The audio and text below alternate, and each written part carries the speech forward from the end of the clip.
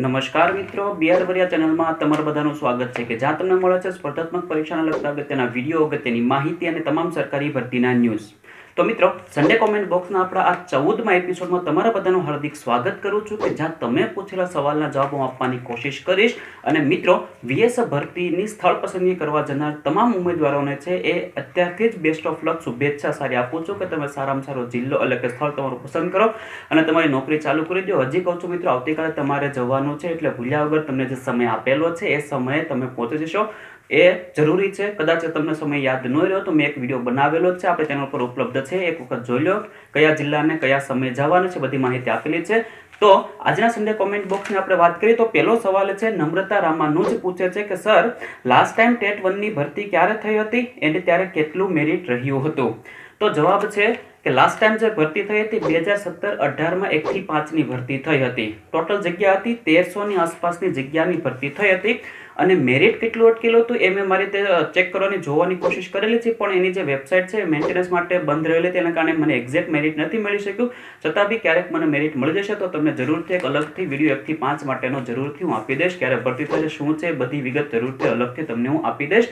પણ જે ભરતી થઈ હતી એ 1300 ની ભરતી થઈ હતી અને ભરતી જે હતી એ 2017-18 એટલે કે ગયા વર્ષે જ ભરતી થઈ હતી. ત્યારબાદ છે પ્રિયંકા ચૌધરી લખે છે કે વેટિંગ લિસ્ટ કેટલા દિવસ સુધીમાં આવશે? તો વેટિંગ લિસ્ટ ક્યારે આવે છે, કઈ રીતનું આવે છે એ માટે મેં અલગથી એક વિડીયો બનાવેલો છે. કદાચ તમારે જોવો હોય તો તમને નીચે ડિસ્ક્રિપ્શનમાં લિંક મળી જશે. એ વિડીયો જોઈ લેજો, તેમાં તમને તમામ માહિતી મળી જશે કે ક્યારે વેટિંગ લિસ્ટ ખુલે છે, ક્યારે એની પ્રોસેસ શું હોય છે, એની કામગીરી કેવી રીતના થતી હોય છે, કેવી રીતના તમને નોકરી મળતી હોય છે, બધી માહિતી મેં છે વ્યવસ્થિત રીતે એમાં તમને આપેલી છે. એ વિડીયોની લિંક તમને ડિસ્ક્રિપ્શનમાં આપેલી છે. એક વખત એ વિડીયો શાંતિથી જોઈ લો, તમને બધી માહિતી મળી જશે. ત્યારબાદ છે ડિમ્પલ પટેલ લખે છે કે સેકન્ડરી રિઝલ્ટ ક્યારે આવશે એની ભરતી આવશે તો કેટલી આવશે? હવે જો સેકન્ડરી રિઝલ્ટ ક્યારે આવશે એના કોઈ એક્ઝેક્ટ ન્યૂઝ કે એક્ઝેક્ટ કોઈ માહિતી આવેલી છે નહીં, એટલે તમને ન કહી શકો. અને ભરતી બી કેટલી થાય એની બી કોઈ ચોક્કસ મર્યાદા હોતી નથી કે ચોક્કસ સંખ્યા નથી હોતી. ચલો ભાઈ 500 ની, 1000 ની, 3000 ની, 5000 ની એટલું ભરતી થશે એમ ન કહી શકે, કેમ કે કોઈને બી ખબર ન હોય કેટલી જગ્યા ખાલી છે. જગ્યા જેટલી ખાલી હોય છે એના આધારે સરકાર એટલી જ જગ્યાની ભરતી કરે છે કે નથી કરતી એ પણ આપણે ખબર હોતી નથી. એટલે એક્ઝેક્ટ આંકડો તો ન કહી શકીએ, પણ ઇલેક્શન પછી ભરતી આવશે એટલે ટાટ 1 વાળા અને ટાટ 2 વાળા જે માધ્યમિક અને ઉચ્ચતર માધ્યમિક વાળા જે મને વારંવાર પ્રશ્ન કોમેન્ટમાં પૂછે છે, તો મિત્રો એટલું યાદ રાખો કે તમારી જે ભરતી કદાચ જો આવશે તો બી એ ઇલેક્શન પછી જ આવવાની શક્યતા છે. ઇલેક્શન પહેલા એની કોઈ શક્યતા છે નહીં, એટલે ઇલેક્શન પહેલા એની રાહ જોવાની બંધ કરી દેજો. ત્યારબાદ છે ચોથો પ્રશ્ન એટલે કે નેક્સ્ટ પ્રશ્ન છે રમન લખે છે કે સર, ઓપન યુનિવર્સિટીમાં એમએડ કરીએ તો ભરતીમાં અમુક માર્ક કપાત થાય કે નહીં? Answer please. તો જો ઓપનમાં તમે કરો કે તમે કોઈ સરકારી યુનિવર્સિટીમાં મતલબ કરો એમએડ કે કોઈ બી વસ્તુ, તો એના માર્ક્સ કપાત તો નથી થતા. પહેલી વસ્તુ તમારા મગજમાં જે ઈ છે વિચાર કે જે કંઈ પણ થોટ એને દૂર કરી દો કે માર્ક્સની કોઈ ગણતરીમાં કપાત થતું નથી. પણ હા, એક વસ્તુ છે કે જો તમે કોઈ અધર યુનિવર્સિટીમાં કરવા જાવ છો, દાખલા તમને ખબર છે આ ભરતીમાં એસએનડીટી યુનિવર્સિટીને તકલીફ થઈ હતી, વારો નથી લીધેલો, ફોર્મ નથી ભર્યું, કાંઈ બી ઘણી વખત તકલીફ થઈ છે. તો કદાચ ઇનકેસ એવી તકલીફ થવાની શક્યતા રહે એના કરતાં બેટર છે કે કોઈ રેગ્યુલર યુનિવર્સિટી હોય છે એમાં જ તમે છે તમારો અભ્યાસક્રમ પૂરો કરો, જેનાથી તમને ભરતીમાં કોઈ પણ તકલીફ આવે નહીં ભવિષ્યની અંદર. બને ત્યાં સુધી એ રેગ્યુલર યુનિવર્સિટી હોય છે એમાં જ મતલબ કે તમારો કોર્સ પૂરો કરવાની શક્યતા મતલબ એ શરૂ રાખજો. ત્યારબાદ છે સોયબ જલવાણી લખે છે કે ભરતી પૂરી થયા પછી વેટિંગ રાઉન્ડની પ્રોસેસ શું હોય છે? બધા સબ્જેક્ટનું વેટિંગ અલગ હોય છે. તો એના માટે મેં અગાઉ કીધું મુજબ તમને ડિસ્ક્રિપ્શનમાં લિંક આપેલી છે. એક લિંક ઉપર જઈને એ વિડીયો શાંતિથી જોઈ લો. એમાં મેં બધી માહિતી તમને આપેલી છે કે વેટિંગ લિસ્ટ ક્યારે ખુલે છે, કઈ રીતે ખુલે છે, કેવી રીતે હોય છે, શું હોય છે, એ તમામ પ્રોસેસ મેં તમને આપેલી છે. એ લિંક એક વખત ડિસ્ક્રિપ્શનમાં છે, એ વિડીયો જોઈ લો, તમને ખ્યાલ આવી જશે. ત્યારબાદ છે સતીશ ખંત લખે છે કે medical certi and bank account વિશે જણાવશો. તો મેડિકલ સર્ટી એટલે શું? તો કે તમે જ્યારે જોબ પર લાગો છો, જોબ પર લાગ્યા પછી તમારા શરીરમાં કોઈ પણ પ્રકારની બીમારી કે કોઈ પણ ખોડખાપણ કાંઈ બી એ છે નહીં, એ જાણવા માટે મેડિકલ સર્ટી કઢાવવાનું હોય છે. એ ફરજિયાત હોય છે. તમે જોબ પર લાગ્યા પછી 6 કે 1 વર્ષમાં તમારે મેડિકલ સર્ટિફિકેટ કઢાવવું જરૂરી છે. એ તમારા મુખ્ય શિક્ષકને તો તમારા જે આચાર્ય હોય એને પૂછી લેવાનું કે કેટલા સમયમાં કઢાવવાનું હોય છે. તો એ સમય મર્યાદામાં તમારે છે એ મેડિકલ સર્ટી કઢાવીને લગભગ તો 6 મહિના હોય છે. અમારે તો 6 મહિના છે, 6 મહિનામાં અમે જમા બી કરી દીધું છે. એટલે તમારે મેડિકલ સર્ટી કઢાવવા માટે છે તમારે કોઈ જિલ્લાની મુખ્ય મતલબ કે આપણે સિવિલ જે કહીએ છીએ એ પ્રકારની હોસ્પિટલ હોય ત્યાં જઈને તમારે મેડિકલ સર્ટી કઢાવવાનો હોય છે ને એ મેડિકલ સર્ટી તમારે સ્કૂલમાં રજૂ કરી દેવાનો છે. બીજી એમાં કોઈ પ્રોસેસ હોતી નથી. ને બીજું તો કે બેંક એકાઉન્ટ વિશે માહિતી, તો કે બેંક એકાઉન્ટ તો તમારે માટે એટલા માટે જરૂરી છે કે તમારી જે સેલેરી થશે જોબ પર લાગ્યા પછી તો એને એ તમારી સેલેરી બેંક એકાઉન્ટની અંદર જ થશે. અને બેંક એકાઉન્ટ મોટા ભાગે છે SBI ના જ હોવા જોઈએ. મોટે ભાગની શાળાઓમાં આ પ્રકારની સુવિધા રાખતા હોય છે. SBI ના એકાઉન્ટ જ હોય તો જ કામનું આવે છે. અધર બેંક હોય તો કદાચ બીજી કોઈ સ્કૂલમાં લાગતા હોય તો આપતા હોય, મને ખ્યાલ નથી. પણ અમારી જે આ સાઈડની જે મતલબ સ્કૂલો છે એમાં મોટાભાગની સ્કૂલોમાં SBI એકાઉન્ટની અંદર જ સેલેરી થાય છે. એટલે એકાઉન્ટ હોવું જરૂરી છે. એ પણ જે વ્યક્તિ જોબ કરે છે એ વ્યક્તિના નામનું જ એકાઉન્ટ હોવું જોઈએ. પછી એકાઉન્ટ તમારું તમે રહો છો ન્યાનું હોય કે તમે જોબ કરો છો ન્યાનું હોય કે બીજા કોઈ સ્થળનું એ ચાલે, પણ એકાઉન્ટ હોવું જોઈએ. સેલેરી માટે ખૂબ જ જરૂરી છે. ત્યારબાદ છે જીત પટેલ લખે છે કે સર કોલ લેટર ડાઉનલોડ કરવાનું ક્યારે આવશે વેબસાઇટ પર, અને જિલ્લામાં આપણો મેરિટ નંબર કયો છે એ કેવી રીતે ખબર પડશે? તો લિસ્ટ પરથી અંદાજો આવી જાય કે કયા તાલુકામાં મળશે. પહેલી વસ્તુ તો કે કોલ લેટર ડાઉનલોડ, જો કોલ લેટર માટે મેં બે ત્રણ વ્યક્તિને વાત કરેલી તો એ લોકોએ વાત કરેલી છે કે કોલ લેટર ઓનલાઈન ડાઉનલોડ નહીં કરવા પડે. તમારે તમને જે જિલ્લા પસંદગી કરતી વખતે જે પત્ર આપેલ હશે, એક લેટર આપેલ હશે, કાંઈ બી એક પસંદગી પત્ર આપેલ હશે, તો એપોઇન્ટમેન્ટ લેટર અથવા તો પસંદગી પત્ર જે કહો છો એ જ તમારે લઈને પહોંચી જવાનું છે. બીજું કશું કરવાનું નથી. અને ત્યારબાદ વાત કરીએ તો કે જિલ્લામાં આપણો મેરિટ નંબર કયો છે કેવી રીતે ખબર પડે, જેથી અંદાજો આવે કે કયા તાલુકામાં મળશે.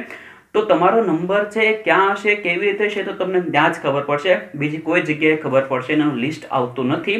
એટલા માટે તમે જ્યારે જિલ્લામાં જશો તમારી સ્થળ પસંદગી કરવા માટે ત્યારે જ તમને તમારું લિસ્ટ જોવા મળશે. ત્યારે જ તમને ખબર પડશે કે તમારો નંબર કેટલામો છે, 10મો, 12મો, 1લો, 5મો, 8મો, 15મો, 20મો, એ તમને ત્યારે જ ખબર પડશે. ત્યાં સુધી નહીં ખબર પડે. ત્યારબાદ છે સોઢા અશોક લખે છે કે સર રાજીનામું આપીએ ત્યારબાદ કેટલા સમય સુધી આપણે તેમાં પરત જઈ શકાય કોઈ પણ સરકારી નોકરીમાં? તો અશોકભાઈ એક વસ્તુ સમજી લો, તમે રાજીનામું આપો છો ક્યારે? તો કે તમારી ખુશીથી, તમારી મરજીથી તમે રાજીનામું આપો છો. અને રાજીનામું આપો એનો મતલબ થાય છે કે તમે એ જોબ પરથી છૂટા થાવ છો.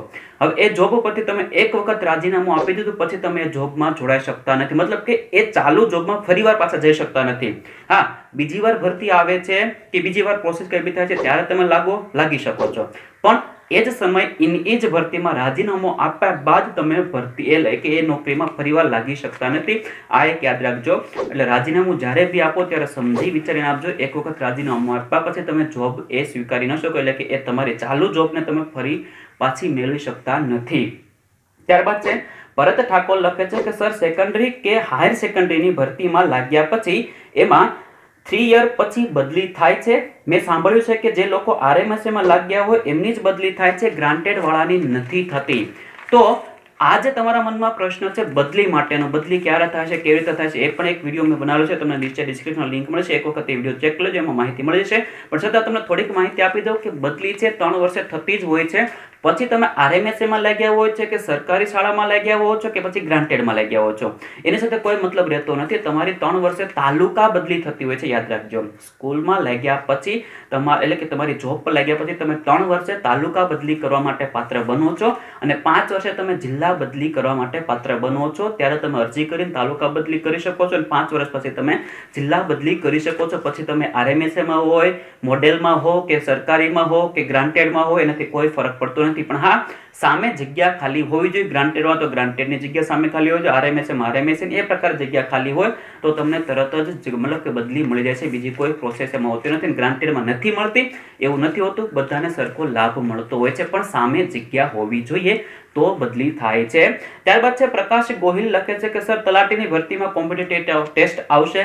તો બિલકુલ નહીં. કોમ્પિટિટિવ ટેસ્ટ આવવાની કોઈ શક્યતા છે નહીં. જે લેખિત પરીક્ષા આવે છે એ લેખિત જ પરીક્ષા લે કે લેખિત પરીક્ષામાં પાસ થાવ સીધા તમે નોકરીમાં લાગશો, તમારો મેરિટ બનશે. તો આ જ પ્રોસેસ જે ચાલે છે, કદાચ ઇનકેસ ભવિષ્યમાં કોઈ નવી પ્રોસેસ આવે તો ખ્યાલ નથી, પણ હાલ તબક્કા સુધી એવી કોઈ શક્યતા રહેલી છે નહીં.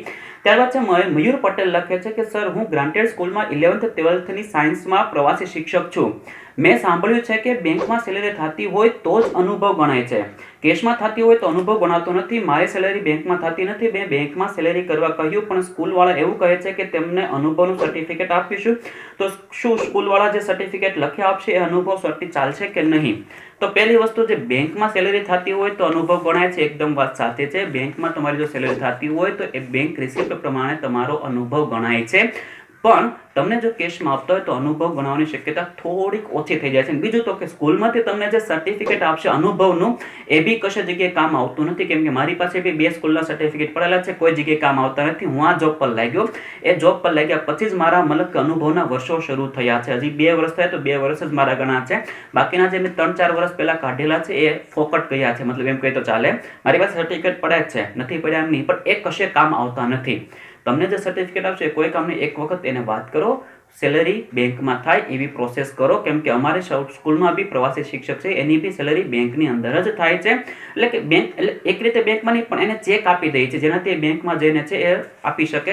તો એ કદાચ કોઈ પ્રોસેસ થતી હોય તો તમારા મતલબ કે આચાર્ય હોય કોઈ બી એને વાત કરો, રજૂઆત કરો કે મને બેંકમાં સેલરી આપે, અથવા તો કોઈ બીજા વ્યક્તિને વાત કરો, રજૂઆત કરો, થઈ શકશે.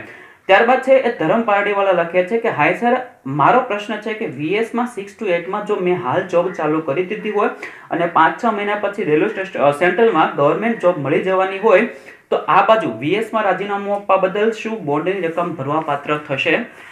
તો આ જે બોન્ડવાળા જે મિત્રો છે એના માટે હવે મેં વિડીયો બનાવેલો છે, એ બી એક વખત તમે ડિસ્ક્રિપ્શનનો લિંક ચેક કરશો, તમને એ વિડીયો મળશે કે 10 લાખનો કે 3 લાખનો જે બોન્ડ ભરવાનો આવે છે, એ બોન્ડ કઈ રીતે ભરવાનો છે, શા માટે ભરવાનો છે, એ બધી વિગત મેં આપેલી છે. છતાં બી કહી દઉં કે તમારે જો જોબ ચાલુ થઈ ગયા પછી 5-6 મહિના પછી તમે કોઈ સરકાર એટલે કે સેન્ટ્રલમાં લાગતા હો છો અને રાજીનામું આપવા માંગો છો તો આપી શકો છો, કેમ કે બોન્ડની રકમ છે એ 5, 6, 7 એટલે કે 6 થી 8માં તમે લાગો છો તો 6 થી 8માંથી જ 6 થી 8માં પાછા જવા માંગતા હો તો તમારે બોન્ડની રકમ ભરવી પડે છે, બાકી ભરવાની થતી નથી. તમે એ જોબમાંથી બીજી જોબમાં જાઓ તો કોઈ તકલીફ થતી નથી, તમે રાજીનામું આપી શકો છો. પણ એક વસ્તુ છે, રાજીનામું સ્વીકારવું જોઈએ તો કામ આવે છે. ત્યારબાદ છે સહદેવસિંહ રાઠોડ લખે છે કે સર, પ્રોવિઝનલ ડિગ્રી સર્ટિફિકેટ ચાલે ને ડોક્યુમેન્ટ વેરિફિકેશન માટે, અને પ્રોવિઝનલ કેટલા ટાઈમ માટે વેલિડ ગણાય? 6 મહિનાથી મેં અરજી કરેલ છે પણ આવ્યું નથી, તો પ્રોવિઝનલ ડિગ્રીનો વાંધો નહીં આવે ને જો સેકન્ડરીમાં ભરતી થાય તો?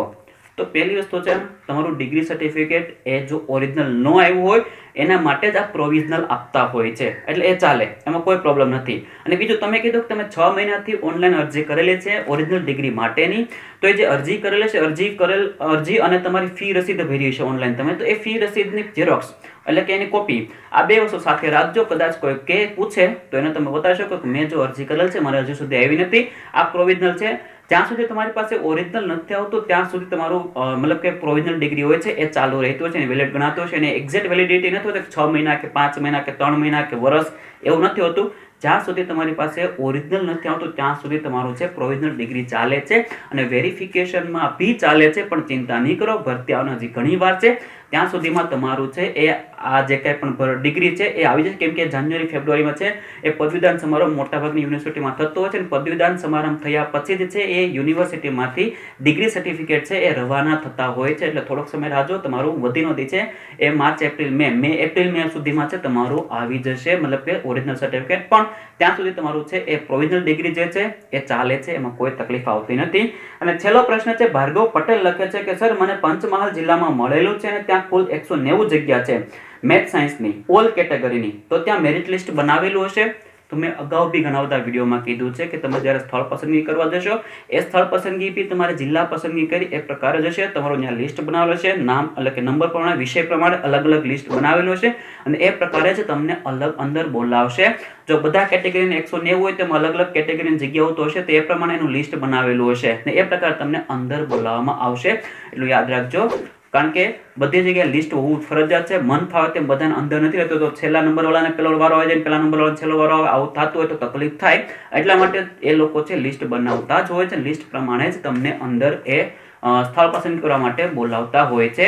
તો બસ મિત્રો, આ બધા હતા આપણા આજના આ સન્ડે કોમેન્ટ બોક્સની અંદર સવાલ જવાબ, કે જે છે એ ઘણા બધા પ્રશ્નો હતા VS ભરતીને રિલેટેડ, જેને મેં મારી રીતે છે એ સોલ્વ કરવાની કોશિશ કરેલી છે. છતાં બી આમાં કોઈ પ્રશ્નમાં ભૂલ રહી જતી હોય, કોઈ તકલીફ થઈ ગઈ હોય જવાબ દેવામાં, તો મને માફ કરજો. જે જવાબ મારી પાસે હતા એ પ્રકારે મેં તમને જવાબ આપવાની કોશિશ કરેલી છે. અને હજી મિત્રો કહું છું કે જો તમે મને ઇન્સ્ટાગ્રામ અને FB ઉપર ફોલો કરવાનું ભૂલ્યા હો તો હજી પણ ફોલો કરી દેજો, કેમ કે VS ની ભરતીનું સ્થળનું જે કાંઈ પણ લિસ્ટ આવે છે તરત જ એમાં માહિતી આપી દઉં છું ઇન્સ્ટાગ્રામ પર અને FB પેજ ઉપર, તો એને બી તમે ફોલો કરવાનું ભૂલતા નહીં. એ બધી લિંક તમને ડિસ્ક્રિપ્શનના નીચે મળી જશે, એને પણ તમે મને ફોલો કરવાનું ભૂલતા નહીં. તો બસ મિત્રો, આજના વિડીયોમાં આપણે એટલું જ રાખીએ છીએ. આશા રાખું છું કે આ વિડીયો તમને સારો લાગ્યો હશે, માહિતી સારી લાગી છે અને કંઈક જાણવા મળ્યું હશે. તો વિડીયોને જરૂરથી લાઇક કરજો, બીજા મિત્રો સુધી આ માહિતી પહોંચે માટે વિડીયોને શેર જરૂર કરી દેજો અને આવી જ માહિતી માટે, આવા જ કન્ટેન્ટ માટે મારી ચેનલને સબસ્ક્રાઇબ કરવાનું ભૂલતા નહીં. ત્યાં સુધી આવજો. ધન્યવાદ.